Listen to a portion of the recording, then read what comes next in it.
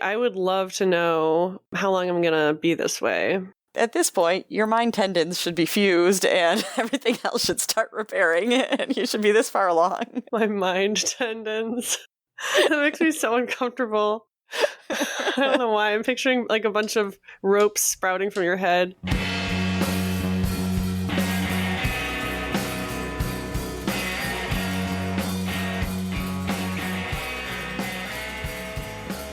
Do you notice anything different in the background noise? I noticed nothing. How about now? Ah! I hear some purring. I have a third cat in my apartment. Okay. I'm taking care of him for a friend while they're out of state, and I might just end up stealing him. Who knows? But his name is Pirate. He's only 8 months old, but he's bigger than Ruby and Fang combined, and he's big and fluffy and orange. Oh my gosh. He's so cute. And he's always chirping and purring at every waking moment, and like, Anyway, I just wanted a disclaimer because it's going to be double the amount of cats that usually fucks with the podcast. Right. I don't know why that was so hard to say. Taglines. Do you have one? God, no. Why do I always drop the ball? Your yearly review is coming up. Stop.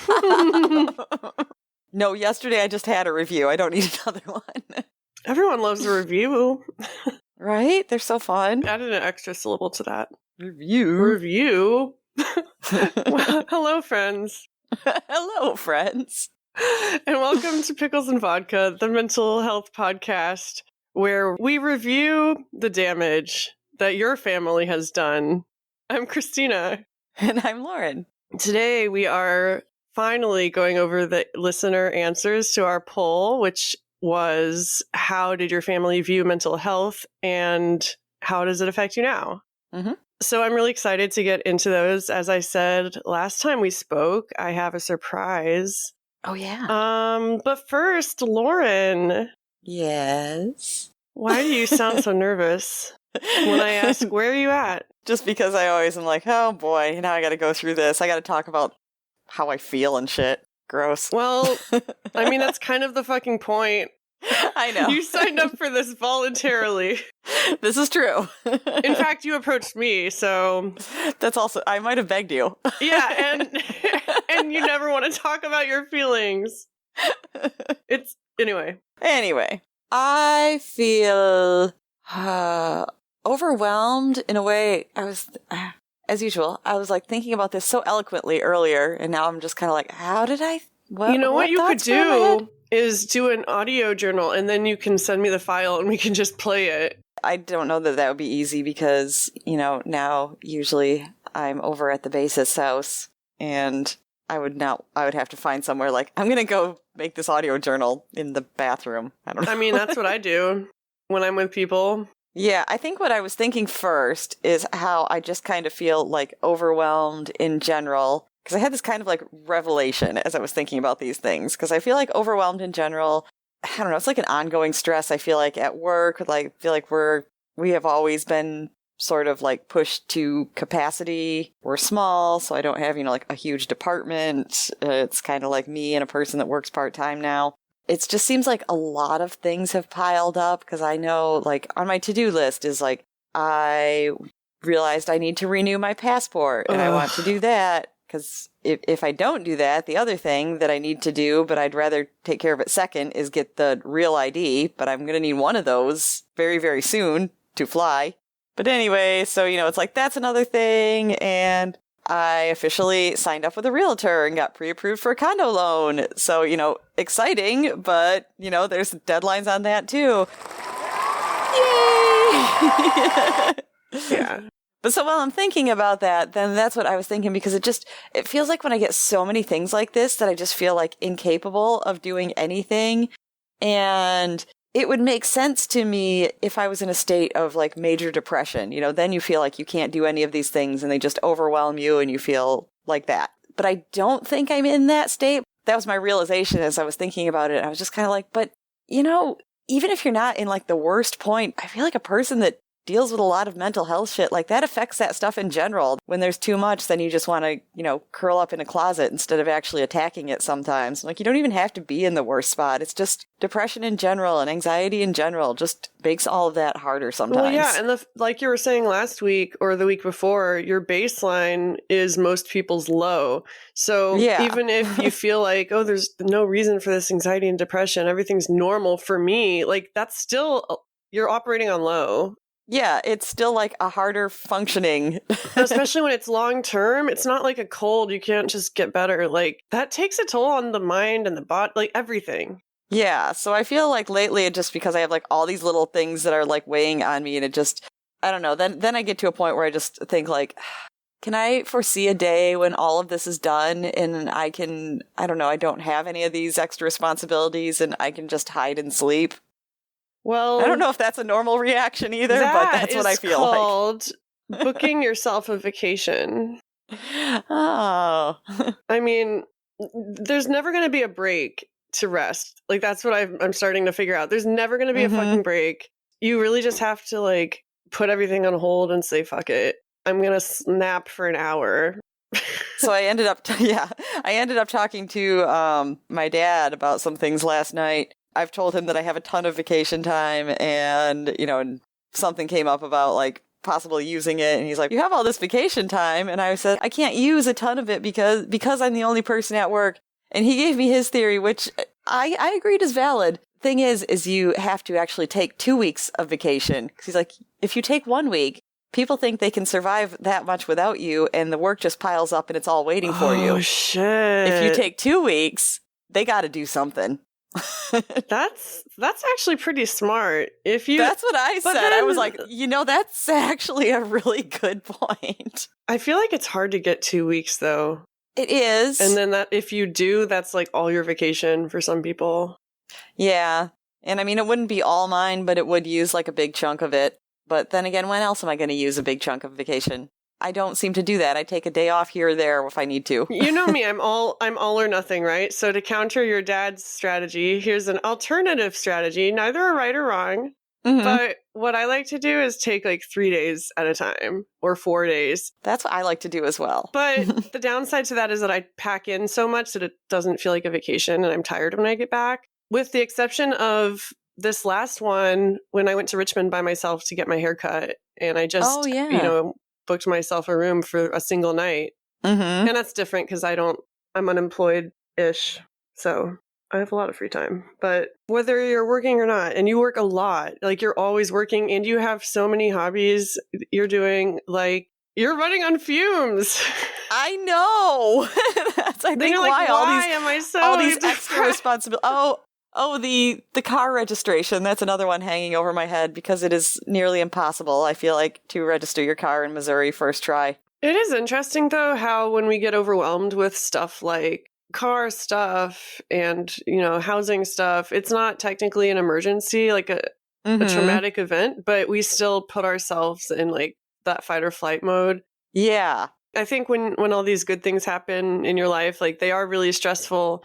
And sounds so cheesy. Do you ever take time to like look forward to it? Like getting a realtor, for instance, that's really exciting. Is there a part of you that's just like really excited? Definitely. Monday I got the realtor. She sent me up with a loan guy that she said is really good that she uses, and I sent in everything right away. And Tuesday comes back and says like, yeah, you're all good. You're pre-approved for a condo loan. You're ready to start going. Oh my God. I know, they just felt like such huge adult things. That, I'd say, for the rest of the week, for sure. I was definitely like, oh my gosh, I've made some moves. Yeah. I'm telling this to myself as much as you. Like, when you have a win like that, you really it's okay to just pause and enjoy the moment. Because I feel like everyone's brains, especially ours, are like, okay, what about the next thing? Yeah. What's the next step? Yeah. Now I got to make sure that I start looking and I got to, schedule some tours and, Literally, like, our brains never stop. Like I said, there's no breaks. Mm-hmm. That's so exciting. It is. You're going to have a condo. Bitch. I'm going to come over. Oh my God. So where are you at? Well, I'm drinking a smoothie at night, which is weird. I say at night, but it's super bright outside. Have we recorded since daylight savings? I don't think so. I don't think so either, because this is really, it's nice. No, it's still throwing me off, I know. Yeah. Like some things, like I expect, because my aerial classes are at 7:30, so I'm driving at 7, and last time I was like, there's still a little daylight. Mm-hmm. What the hell? Am I doing this right? I will say it has improved my mood quite a bit. I've been biking almost every day. I actually just got back like 10 minutes before we were supposed to start recording, and my hair looks insane right now. Like it's super windy, like 21 miles per hour wind. And I was like, oh, I'll just take a quick trip, to journal by the water before the podcast. I have time. But when it's so windy, like it takes twice as long to get anywhere, and it's a workout. So I was just huffing and puffing and hoping I would make it in time. We've had crazy storms here. We've been having like 50, 55 mile per hour winds here. But I was like, oh, wait, 21 is a lot when you're biking. Yeah, that's a lot. I was not prepared. No. I guess I'm stalling with weather because I haven't actually given... You're like me. I know. Christina will be playing the part of Lauren this week. Okay. Now tell me how you're feeling. Well, I feel like there's been really high highs and low lows this week. We haven't talked in 2 weeks. I was in Florida for a funeral for my Uncle Rick. Shout out. Sorry.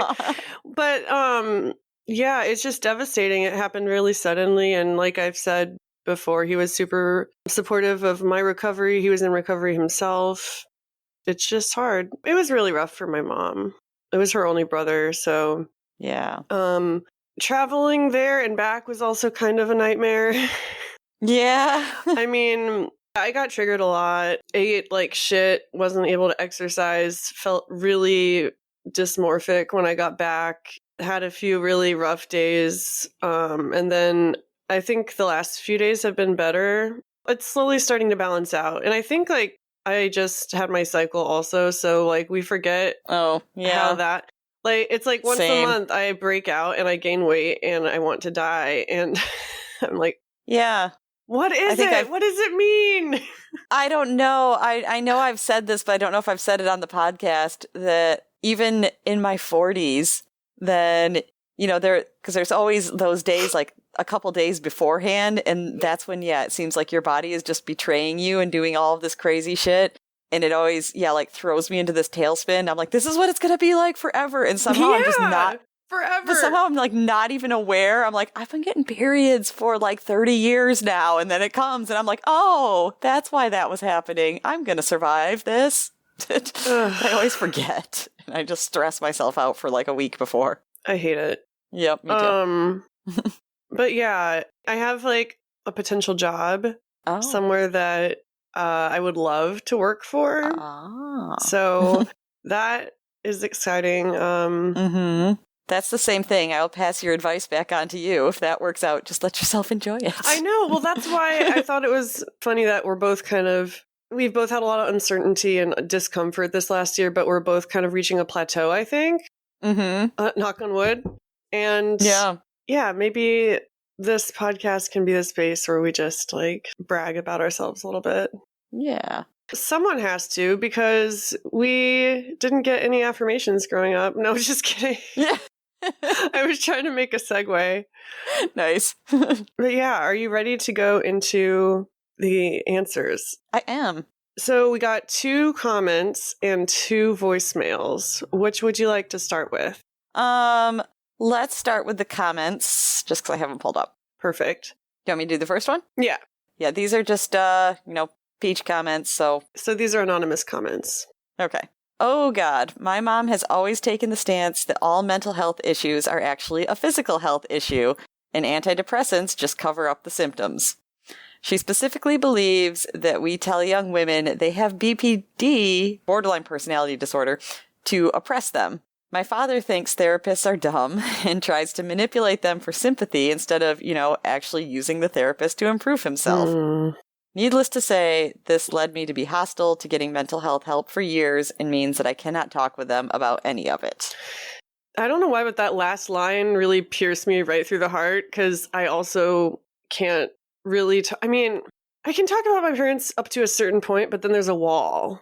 And it is sad. Same, because I was going to say, I can't talk to mine, but it's not like my parents are aware of the things that I've dealt with, they have come up so they know, but yeah, that's where it is just I can't really talk to them about any of that or anything, any developments, because I've just realized they don't get it.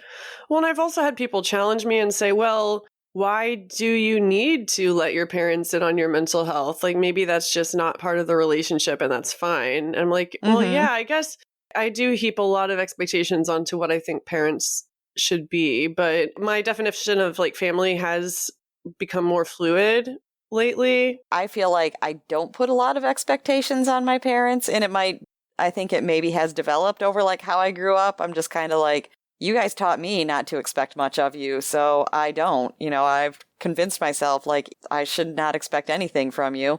Maybe I'll be pleasantly surprised sometime. Yeah. But I will say at the same time, it's kind of like I have witnessed other people, like even some friends seeing like their relationship with their parents and what they can easily talk about or things like that. And it does just make you feel kind of sad. Yeah. When you see that, it's just kind of like, oh, so it is possible. I just don't have that. It really is. Even parents in movies, like the cool parents, I get emotional sometimes watching that. Or like, I do too. My big thing is like affectionate dads in movies, like softy dads. That gets me every fucking time. It just actually just leaves me mostly confused because I've never had that with my dad. But at the same time, I feel like because I got used to that and I accepted that, and now it makes me kind of jealous that things like that exist. But also I'm just like, would I like my dad to suddenly be more like that? I'm like, no, because that's weird. He is who he is, and it would feel awkward to me if he tried on that persona. That's true. Like one time when my mom and I were arguing, she said, well, what do you want me to do? Renounce Jesus and like become an atheist? And I was like, well, no, I know that's not going to happen. But like, it made me stop and think like, what am I going for here? True. Like, what is realistic? And I think it's okay to just, be like not to expect anything, but just kind of be sad that they can't be something else you might have, I don't know, responded well to. Well, yeah, because if you're like me and you do have expectations, but then you get disappointed, you're sad anyway. So you're going to, my ADHD is so bad today. I thought it was interesting that they said like, not just like, oh, my father thinks therapists are dumb. I'm like, yeah, I've come across that a lot. Oh, the manipulation. But then, it says, so I tries to manipulate them for sympathy. I was like, interesting response to thinking that way. I wanted to hear more about that. I also wanted to hear more about the girls using BPD to oppress. I was kind of confused. Like, the diagnosis is an oppressive tool? I think so. And it did just seem weird to me, too, like, for their mom to latch onto that in particular. It's like, not just mental health diagnoses, just saying, like, this one is the most damaging. And like, well, that's a way to really be prejudiced. I mean, it makes me wonder if she has BPD. Me too. Everyone has a very unique story, I've realized, when it comes to their family. Like, that's the thing. Every family is fucked up in some way. Yes. Like, there's no such thing as a normal family, which... Did you have anything else to say about that comment? No, I don't think so. Thank you so much. We're off to a really good start. Yeah. So yeah, I was visiting my family, and I decided to ask someone for their response to this poll. So without further ado, here's Ginger Lou. So Ginger Lou, how do you remember mental health being talked about in your family, and how do you think that affected how you raised us? That is such a great question. And I cannot remember one instance or one conversation where mental health was ever discussed. And we didn't know how to resolve conflict very well. So I remember being afraid of conflict, and I probably could have used some help. My parents, divorced when I was 12. So that was me growing up. And well, you saw a lot of conflict with them. Well, and right? With conflict in general with human beings. So, and then raising you 7 kids, I don't believe we ever talked about mental health. Well, but at the same time, you were going through your own mental health struggles. So what was that like going through that and not really being able to talk about it? Yeah, and looking back, hindsight is perfect. I would have gotten a counselor, and I think you started getting therapy, and did. I mean, a certain sibling. So, yeah, but I would have started it earlier. It's part of who you are, your holistic care, body, soul, spirit. The whole We're talking about you, though. Me, yeah. I'm still a work in progress. The jury's out. I said on the episode that you talk about mental health a lot nowadays. Mm-hmm. Do you feel like there's any big thing you've learned that you wish you'd learned back then about mental health? It's just such a significant part of, like I said, the whole package. So you need to do self-care, mental health included. It's huge. It's huge. It's huge. You heard it here. Thank you. What do you think? One thing that just had me think for a second is, I mean, I really love that you pointed out and your mom agreed that, like she talks about mental health a lot now, even though she grew up in a home where they just did not. And I was like, even though I've never wanted children and I'm fine that I'm not going to have any and all of that kind of stuff. Like for a moment, her saying that just made me happy to think like, okay, but if I had, then maybe there would have been like hope for the next generation. Like I wouldn't have been a totally shitty parent, like about that stuff, at least like mine were. Yeah. That's so wholesome, actually. Yeah, wow. No, it made me feel really good for a moment. I was like, oh, I didn't expect that. She'll be crying right now. Oh. Or laughing. Who knows? Yeah. Either one's fine. Like, I was literally just sitting at the kitchen table and grabbed her as she was walking by. And I was so grateful that she answered the way she did. As an outsider, like, is there anything else that jumps out at you? The other thing was that she noted saying, like, I'm still a work in progress and all of that. And that, too, I just found that kind of relieving, knowing that you don't have to have it figured out by 20 or 30 or anything like that. I'm like, yeah, she's got however many years on me and feels like a work in progress. And so do I. And that's okay. And so your mom's message gave me a lot of validation. Aww. Yeah. That's what she would love to hear that. Okay.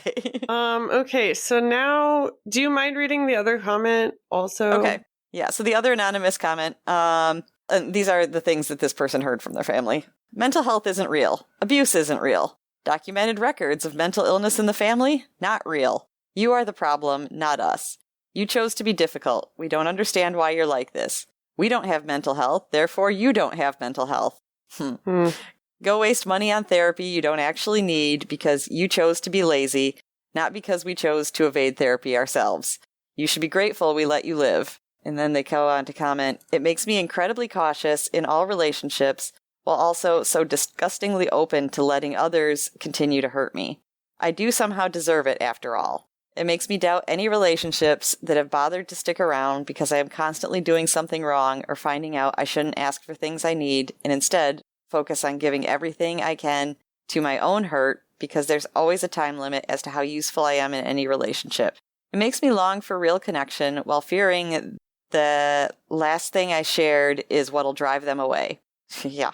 It makes me painfully aware now of all the ways in which I am in serious mental health decline while still feeling powerless as my attempts to improve fail time after time. It makes me feel broken still, despite knowing the truth, and it makes me regret every step I ever took in effort to remain alive, to dare dream of thriving. It makes me feel foolish every day. Maybe I should pray, LOL. Fuck. That's so heavy, but real. And yeah. Thank you so much for writing that. It can't have been easy. I know it wasn't easy to listen to because I just, like, we want to help people, especially our friends, as much or as little as we can. Like, we want to do everything in our power. And sure, we can suggest therapy and we can, spend time with people and all that stuff. But the shitty reality is that what your parents did to you, like, it's always going to be there. Yeah, like the messages they told you. Those early childhood years are so formative. I didn't even realize how young you can be to be like really psychologically affected by stuff. Yeah. Not to depress everyone. I guess my goal of saying that was like, there's only so much you can do. A lot of it happened before you had any control over it. So don't beat yourself up too much. Yeah. Is what I was trying to say. Yeah, and I was thinking too, it's like you got these messages from an early age and they're just ingrained in you. And it's like, yeah, once you realize that, you can work to, reframe or change that message or anything like that, but you never can erase it. Right. So I feel like it's always just like some kind of thought there, even if you've tried to change that narrative. And I get it. Like those thoughts and like the persistence of those thoughts have made me want to die. Like legitimately. It's like, well, what's the point of trying if these thoughts are never going to go away? Yeah. And I think, that's the purpose of my life right now is just trying to find out the reason, I guess. Like I'm curious, like, okay, why would I keep going if this is always going to be part of me? Well, let's find out. Yeah. But yeah, that's really rough. Yeah, I think the comments about their family feeling like giving the idea that you're working on your own mental health actually just means like nothing was a problem, like you were just lazy or you're just wasting money. Both of those things were, I made a note of that too. Because those are big things that I've felt and still do sometimes. From your parents? Yeah, I mean, they made it seem, like a waste of time and money and things like that. Like for something that's not a quote unquote real problem. Did they also help you pay for treatment at one point? They did. So that sounds like some mixed messaging. The only time they helped was the first time. Mm-hmm. And I would say it felt like maybe it came more from appearances and like they were being guilted into it. I think that's why I can't be super happy about it. Yeah, that makes sense. Like that's the right thing to do. Yeah. Well, and especially because like what happened that time is I went in late fall and I had met like almost my deductible and out of pocket that year. So it actually, was a good time for me. I didn't have to pay a huge chunk for my insurance to start covering. But then there were like parent visit weekends. So what happened is as late December is rolling around, everyone at the facility I'm at is saying, like, you should not go home right now. Absolutely not. None of us would recommend that. But obviously my insurance is going to renew and I'm going to owe the whole deductible all over again. Oh my God, I hate it when they do that. I know. Oh, they're like, no, you need to stay. Okay, but are you going to pay for it? Like, yeah. But because of that and because, like my parents were there, especially end of the year, like they're going to come see me around Christmas and stuff like that. So as these conversations are happening, and I feel like because people from the facility had a chance to talk directly to them and to also say, we recommend this. So it felt like they were looking skeptically at me when I said like, I think I need to stay here. And they're like, really? You've already been here for like 2 months. Shouldn't you be fixed? Yeah. But then they're hearing it from other people and like, well, we can't look like the bad parents that said, oh, we just sent our daughter home, even though no health professional recommended it. Wow. That's crazy because like with me, it was kind of the opposite. Like I was the one that wanted to leave and they were the ones saying, are you sure? Like I feel like mental illnesses, or at least like mental illness in their children makes them nervous, understandably so. Like there's a lack of trust. And just like my relationship with my mom, like we have trust issues with each other because we're both addicts. And so that's one way that their behavior affects me now, I guess. Yeah. My parents are also, going to be concerned about their children when things like that pop up. But it's more because they're both very much what I consider the male response to problems, which is just like, I'm going to find a way to fix it. I'm going to solve it right now. And then it'll all be trying to brush my hands, taken care of. Solution based. Yes. So that's why I felt like for them is it was like when I first came to them and said what I had to do, they were supportive. But at this point, they are just kind of like, well, shouldn't you have just been improving and it's been 2 months and this should be fixed by now? You should be done. Yeah. And that just puts so many, again, it all comes back to expectations with mental health and family, I feel like. Yeah. And it's because they don't understand it because, they they don't understand that a mental health problem can't be like fixing a broken bone. Like, there is a timetable when it should be healed. Yeah, that would be great. I would love to know how long I'm going to be this way. At this point, your mind tendons should be fused and everything else should start repairing, and you should be this far along. My mind tendons. That makes me so uncomfortable. I don't know why. I'm picturing like a bunch of ropes sprouting from your head, like octopus tentacles or something. Anyway. Yeah.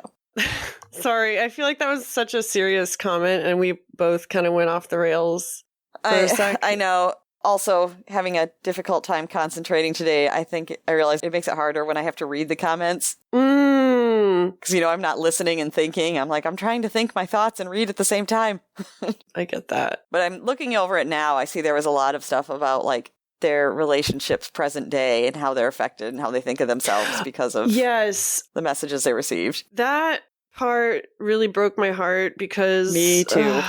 And it also made me angry at their parents. Just because, like, my first thought was, do they even know? Like, are they even aware of the effect that they have? Like, your life is a struggle because of them, and they don't even, like, are they even aware? Like, because... Probably not. Yeah, and again, I don't know how realistic that is to expect them to, like, own up to everything. Like, that might not ever happen, but... Right. But that was my first reaction, like, it's not fair. And it isn't.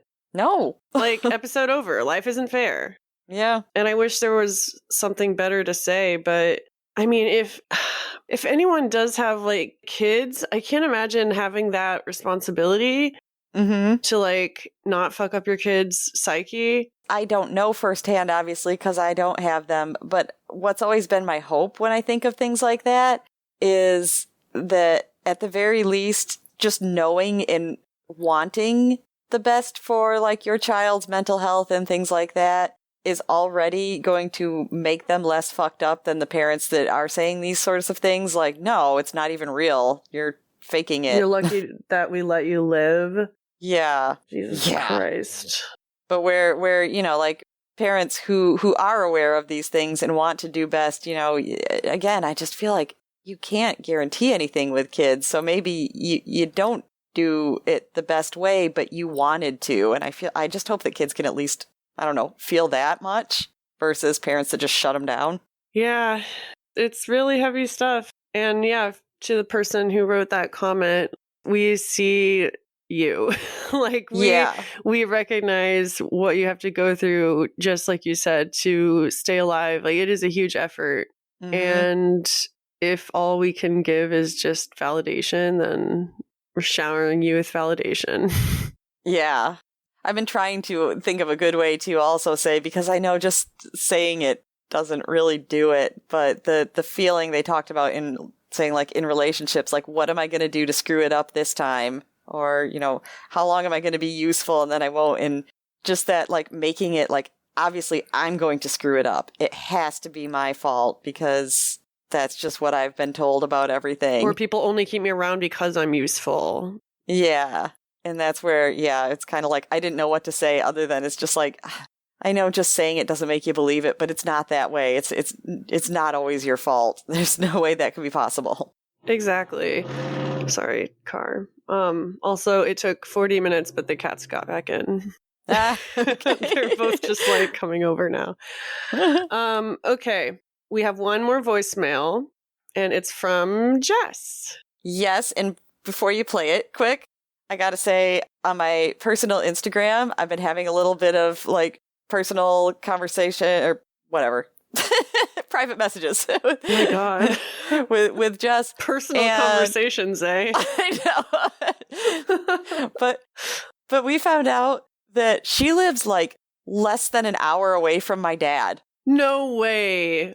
Yeah. Oh my God. Are y'all gonna plan a little meetup? I don't know, but I was like, I'll let you know if I'm so there. jealous. Oh my God. Yes. Oh my God. Okay, so I'm just like thinking now. I love planning meetups, making them happen. Yeah. I know. But the idea is exciting. Exactly. Oh my God, yeah. I'm pretty good about like spontaneous meetups. Like I don't mind driving like hours in a day to see someone. It's fun. Yeah. Oh, anyway, I forgot I'm supposed to be playing her. so incredibly thankful for the extension on this pickle poll. My family, I think, did the best for what they knew at the time, maybe just knew, period, which is okay for them. I remember very clearly, we didn't really talk about mental health, is the simple answer here. I remember a time that there was a sibling that had been engaging in self-injury. I remember when they came home to talk to our parents about it, they had found a counselor at school and they'd gotten to this point where they had to come home and talk about it. And I remember my parents being, I thought, angry and disappointed. And that was my perception. Whether that's how they felt or not, I don't know, because we didn't talk about it. But that was my perception, and I was middle school. And I remember being scared and not understanding what was happening, but I also wasn't talked to about it. It was to be kept from me, except for my sibling told me everything and then would ask me to keep secrets. Didn't take long for me to get curious and start engaging in the same self-injury. And then I also had a counselor, and things just got darker and darker. A year later, I was in high school, started restricting, purging, self-injury got worse. I got extremely obsessed over working out and diets and just all the things I had no business being hyper-focused on. I didn't start seeking help until I was 22, 23 years old, and that's when my family learned about my eating disorder. I was diagnosed with ADHD at the age of 34. Some of the things weren't available to my parents. Some of the knowledge we have now, the stigmas are kind of lowered. I certainly wouldn't say gone around mental illness, but it's lowered to be able to talk about it a bit more. And I'm thankful to my generation for that and the one after. That's the big piece of the puzzle, is that, each generation, if you kind of look through the time, I feel like each generation starts to chip away at stigmas in different areas. And over time, things start to be easier to talk about, easier to get access to help and resources. And that is what keeps me from being plagued by the impact of how mental health was talked about or not talked about in childhood. And again, I think that my parents did the best with what they knew at the time and the resources that were available. I think that there was definitely some spots that could have been better, but I choose to try to rechannel that into other areas so it doesn't consume me and impact me in really significant ways any more than it already does. Thank you so much, Jess. It's nice to end on a hopeful note. It kind of ties in beautifully to what we were just saying, which is that, each generation is getting slightly better. And I totally caught that. You can't erase, what happened in the past, but you can make sure it doesn't happen again. Yeah. But yeah, what are your thoughts on this voicemail? I also agreed a lot with her. And, and I've talked about a lot this episode about my parents' reactions to things, but I really felt, she repeated a couple times that she felt like her parents did the best for what they knew. And I do feel like that a lot from mine too. Yeah, mine too. Like I can see that they made some mistakes, but I feel like they were trying. Yeah, I would say the same. I still have a lot of anger towards them. Me too, obviously. I mean, yeah, it's just, that's something I have to reconcile. Like, how much responsibility do they have versus how much is just they were trying the best they could? And I don't know. Yeah. It's kind of, like, I guess I can be upset about how they responded about things, but I don't feel like I can point fingers at them. Right. For it. It's kind of where people say things, like, I can forgive you, but I can't be friendly with you right now, or something like that. Yeah. Not that I can't be friendly with my parents, but it is, like, I can forgive them the mistakes they made, but I can't forget them. Well, it's basically. like the first comment we read, we were talking about how, like, boundaries and how maybe you don't have that kind of relationship with your parents, for your own safety. But yeah, I related a lot to her story because I also felt like I was disappointing everyone with my struggles. My parents, God, my future spouse. Like, I just thought I was lower than dirt, and I didn't want anyone to like get dragged down by it. Yeah. But yeah, I thought it was, is interesting the right word, that Jess kind of learned self-harm from her sibling. Yeah. It's sad, but like it makes sense. That's what I thought. It had me thinking, like, my sister and I, Caroline, she's been on the podcast before. She and I both had eating disorders. We didn't talk about it when it was active at the same time. Like when we were both living in our parents' house, we didn't talk about it. She knew what was going on when I was, you know, cutting myself every night and like purging. She knew what was going on. She just never brought it up. And then later when I would come home from college and we were both like starving ourselves, like no one said anything. I mean, I'm the oldest of 7. Of course, I'm going to worry that like I influenced them the wrong way, or like that they learned things from me. But hearing Jess's story, I'm like, you know, I don't know if that happened. Yeah. I don't know. You know, I knew in my family, like a lot of things were hidden and stuff like that. And I was like, was I kind of aware of things secondhand though? And I could understand that reaction where it's like, if you do see it like that and nobody's talking about this thing though, that it almost makes it enticing in a weird way. Yeah. It's like illicit almost. Yeah. Because I was trying to think, I was like, I know it is. I don't necessarily know why, because you know, it can't be an explanation like, well, you see this person getting so much attention for it, because they're not. Everyone's hiding it. But somehow it still is like, you have a neat little secret. At the same time, like, I would be really curious, Jess, to hear if you and your sibling talk about it now. Yeah, I would too. Because, I mean, it's not that I wish any of my siblings had the same struggles I do. Let's make that clear. But sometimes I think, like, it sucks that I have to do this alone. You know, like, that's why I've gravitated towards communities like Peach, where it's like having a bunch of siblings who are just as fucked up as me. Yeah. I also related to being diagnosed with ADHD in your 30s. Yeah. That was not a thing growing up that I was looking out for. No. Went my whole 20s without even suspecting. I've thought of that recently, and I'm just like, well, yeah, when I was a young kid in school, then I mean, probably until junior high is when it really like boomed for, you know, then of course only like little hyperactive boys were getting diagnosed. Exactly. But I'm thinking like when I was in, you know, 1st, 2nd grade, then even that, like that did not even exist. So it was not even a thing. It was just like, you need to control your child. Yeah. But I do love that she does it on a hopeful note. Like, the generations are slowly changing. The stigma is being lowered. I like that she said it's not gone completely, but it's being lowered. Yeah. And I mean, I gotta say, even in the 6 years or so that this podcast has been a thing, I've seen a lot more conversations about mental health, to the point where some days I'm like, do we even need to be here? Like, what are we adding? Because there's already so much mental health stuff out there now. But like, I need to remind myself that the stigma is not gone completely. Yeah. I was going to say, on the other hand, I feel like it still keeps coming up to a point where you're like, really? We haven't figured this out by now? People still think these things? And you never know who's listening either. Like, something that seems so like basic to you might be news to someone else, you know? That's why I try to like over explain everything on this podcast. Yeah. But yeah, I'm super distracted right now because of these fucking cats. I think we should wrap up. Okay. One last thing. We have stickers. Yes. So I was wondering what you think about sending stickers to first-time voicemail listeners. Yes, I like that. So if you've left us a voicemail in the last, let's say, 6 months, then... Oh, you're more generous. I was just going to give a hard 2025 cutoff. Oh, damn. No, yours is better. Well, I mean, it's going to be the same people anyway.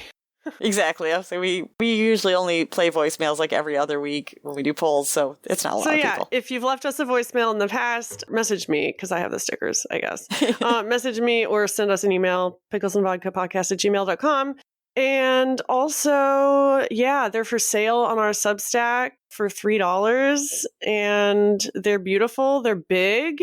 I wasn't expecting them to be so big. Oh, cool. I haven't gotten one yet. I cannot wait to. I know. I'm going to send you some. So go buy them. Or if you don't want to buy one, then just leave us a voicemail. Oh, yeah. And then you can get one for free while supplies last. I don't know how long this promotion is going to go on, so take advantage of it. Go see what pickle poll we have up and answer it. What is our current poll that's out? Oh, yeah. Thank you for the reminder, Lauren. I try. Sometimes I'm professional. The current poll is, what does self-disgust look like for you, and how does it differentiate from anger? If you need more context, listen to episode 191, where we talked about disgust. Mm-hmm. Next week, we will be back with the topic of Lauren's choice. Yes. And then we'll have another poll. So I'm tired of talking now. We love y'all. Yep. Goodbye. Bye.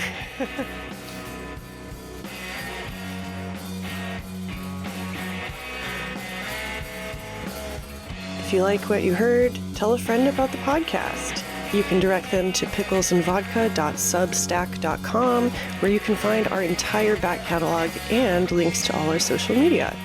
We love hearing from our listeners, so send us a voice message at speakpipe.com/picklesandvodka or DM us at Pickles and Vodka Podcast on Instagram. My personal account is at XtinaJumper, and Lauren is at Lauren3_AFH. We'll see you next week.